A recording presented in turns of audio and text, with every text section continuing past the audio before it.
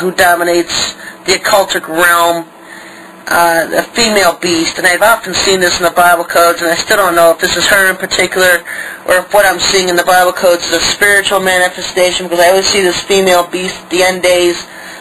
When the Antichrist is here, there's several beasts that are designated for the last days, and the one that always caught my attention was the fact because the one is a female. There's several different male beasts, but it really jumps out at you when you see a female beast. And so, you always try to think, well, is this Hillary Clinton? Is this Condoleezza Rice? Who is this woman in power that becomes ahead of watching so many Christians die and become martyrs in martial law and in concentration camps coming in the future? And so I got this information on this female beast, and her spiritual name is Hephzibah. I still don't know what her physical name is. I'm working on that.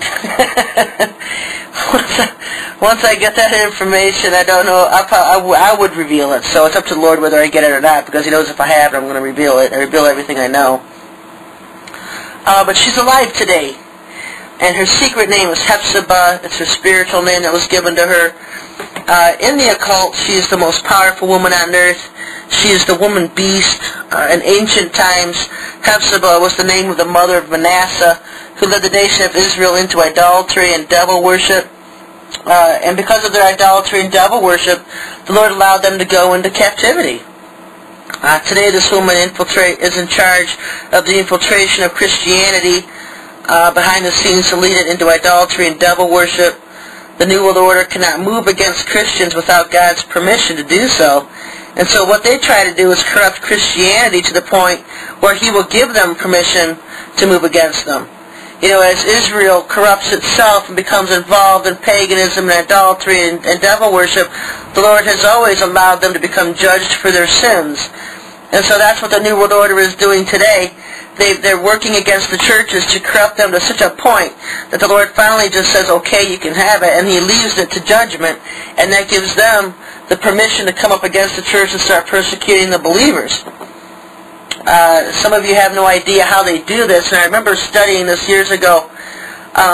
Some of these charismatic and Pentecostal preachers even holding summer camps and teaching witches how to successfully infiltrate their church and other churches just like theirs, denominations all over the United States, where these witches will infiltrate churches, become part of the churches themselves, part of the membership. Witches and warlocks sitting on many elders' boards today. They serve as deacons, they serve as Sunday school teachers, they serve as pastors. All leaderships in all churches are targeted for infiltration by witches and warlocks. And so what they do is try to lead the church away from the truth, keep them in apostasy, keep them in false doctrines, keep them from finding the truths.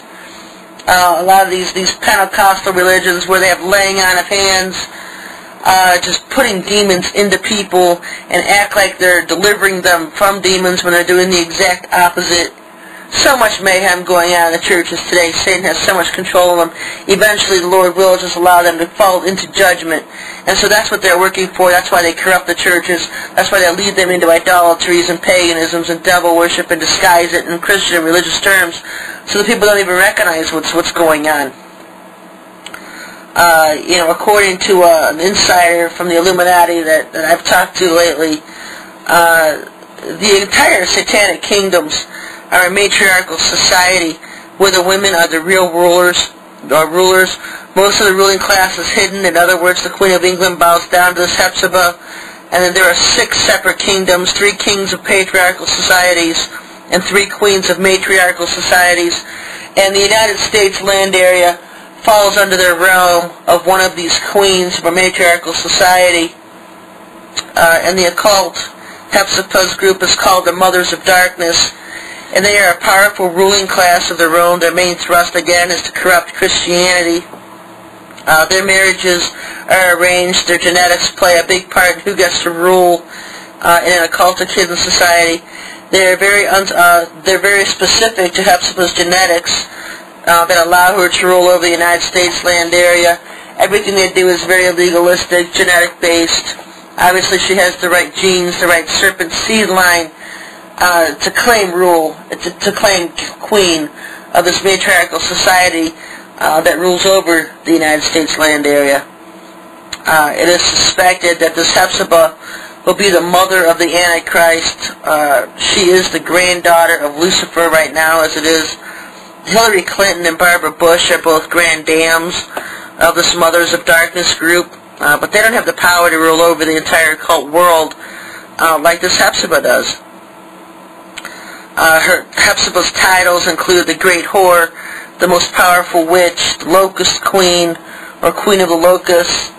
The name itself is a blasphemous name. It means my delight is in her. She is the physical form of the whore that sits upon the beast.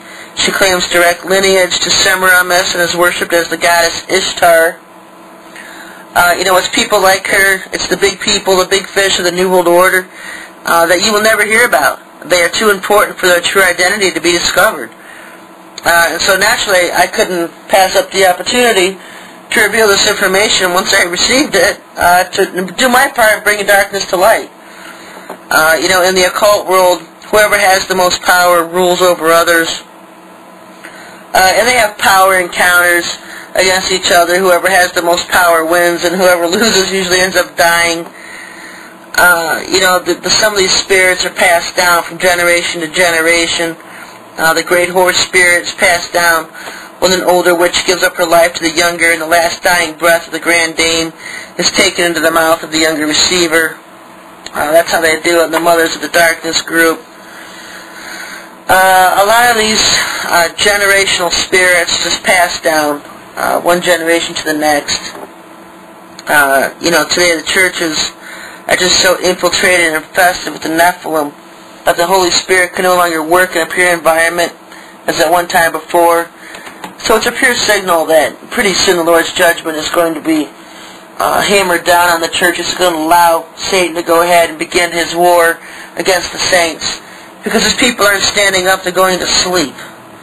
They sit in these churches week after week and hear about self-help psychology and everything else, and they're not praying for the truths of the Word.